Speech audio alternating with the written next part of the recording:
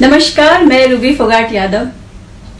आज आप में से कुछ लोगों के सवालों के जवाब देने आई हूं। मुझे ईमेल के माध्यम से, मैसेंजर के माध्यम से, फेसबुक कमेंट्स के माध्यम से, व्हाट्सएप के माध्यम से, फोन कॉल के माध्यम से बहुत सारे लोगों ने या देश के बहुत सारे नागरिकों ने मुझसे सवाल किए हैं। उन्होंने मुझे पूछा है कि जब इस समय देश के अंदर पूरा देश कोरोना की महामारी से लड़ रहा है, तो ऐसे में आध्यात्मिक यात्रा में लोगों को ले जाने का या फिर आंतरिक यात्रा से उनको अवगत कराने का क्या लॉजिक है, क्या कारण है और इससे जनता को या इससे लोगों को क्या फायदे होंगे।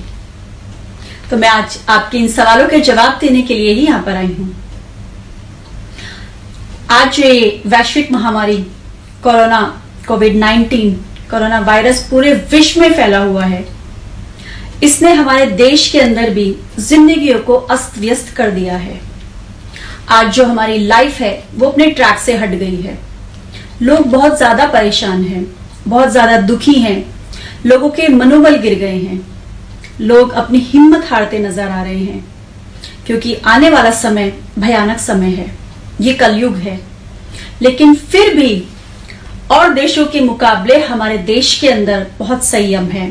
देशवासी बहुत ज्यादा एक दूसरे का सहयोग कर रहे हैं, सोशल डिस्टेंसिंग का बहुत ज्यादा ध्यान रखते हुए इस कोरोना बीमारी को फैलने से रोकने में अपना पूरा योगदान दे रहे हैं। ऐसे में हमारी टीम के लोग, हम सभी लोग गरीब व जरूरतमंद परिवारों के साथ उनसे मिलते हैं, सोशल डिस्टेंसिंग का पूरा ध्यान रखते हुए उनके बीच जाकर उन्हें खाद्य सामग्री, फल, सब्जियां जो भी हम उन्हें उपलब्ध करा सकते हैं उनके बीच में जाकर वितरित करते हैं। सैनिटाइजर्स और मास्क भी उनके बीच में जाकर उनको हम बांटते हैं। हमारी पूरी टीम पूरे दिल्ली में, यहां तक कि हमारी टीम पूरे हिंदुस्तान में है, तो सभी लोग एकजुटता के साथ काम कर रहे हैं। ऐसे में एक बहुत बड़ा विचार मेरे मन में आया। मुझे लगा कि जब हम कोई भी युद्ध लड़ते हैं, उस युद्ध को लड़ने के लिए शारीरिक तौर पर तो हम मजबूत हैं, लेकिन क्या मानसिक तौर पर मजबूत हैं? क्या आत्मिक तौर पर मजबूत हैं? किसी भी युद्ध को तब जीता जा सकता है जब हम आत्मिक तौर पर मजबूत हो, जब हमारा मनोबल बहुत ऊपर हो, जब हम मानसिक तौर पर बहुत मजबूत हो।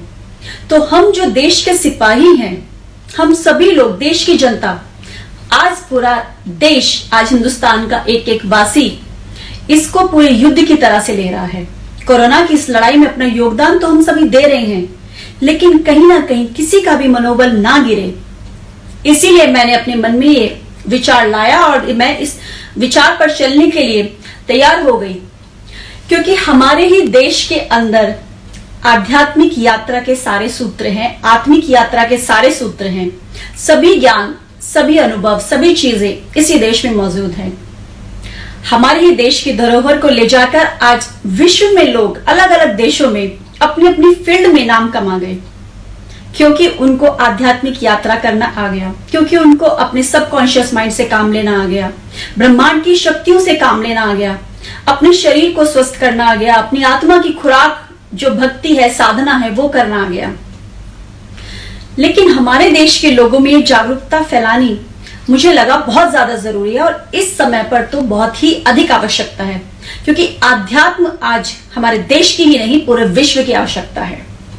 ये कलयुग है और जिस वक्त कलयुग अपने चरम पर होगा, उस वक्त आध्यात्म की जरूरत हर एक इंसान को, हर एक व्यक्ति को, हर एक आत्मा को बहुत ज्यादा होगी। क्योंकि हम लोग सरवाइव तभी कर पाएंगे जब हमें इसका ज्ञान होगा। और जब कलयुग चल ही रहा है और अपनी चरम पर है, तो इसको मात देने के लिए हम सभी को आंतरिक यात्रा में आना ही होगा।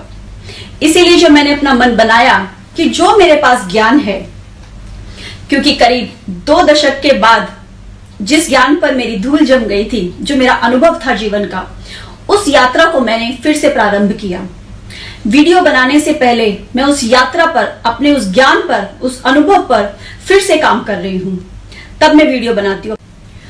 क्योंकि मेरी इन वीडियो के माध्यम से यदि किसी की काउंसलिंग होती है, किसी का मनोबल बढ़ता है, यदि कोई अपनी आत्मिक यात्रा में चलता है, अपने पास वो शक्तियां, ब्रह्मांड की वो ऊर्जा हासिल करता है, तो वो अपने जीवन को सुखमय बनाता है, तो इसका कहीं ना कहीं फल मुझे भी प्राप्त होगा, मेरे भी नेक कर्म में ये जुड़ जाएगा। इसीलिए लोगों की काउंसलिंग करना बहुत अधिक आवश्यक है, ये समय की मांग है। लोगों ने मुझसे जो भी सवाल किए थे कि राजनेत्री होने के साथ साथ मैं क्या आध्यात्म में भी कोई साध्वी या गुरुजन हूं, तो मैं यही कहना चाहूंगी कि मैं राजनीति में हूं, जनसेवा करती हूं, और ये भी राजनीति का ही हिस्सा है, क्योंकि जनसेवा करना हमारा मकसद है। हम लोगों के लिए हैं, लोगों की सेवा करते हैं, उनके जीवन को सुखमय बनाना ही सही मायनों में राजनेता का सही धर्म है।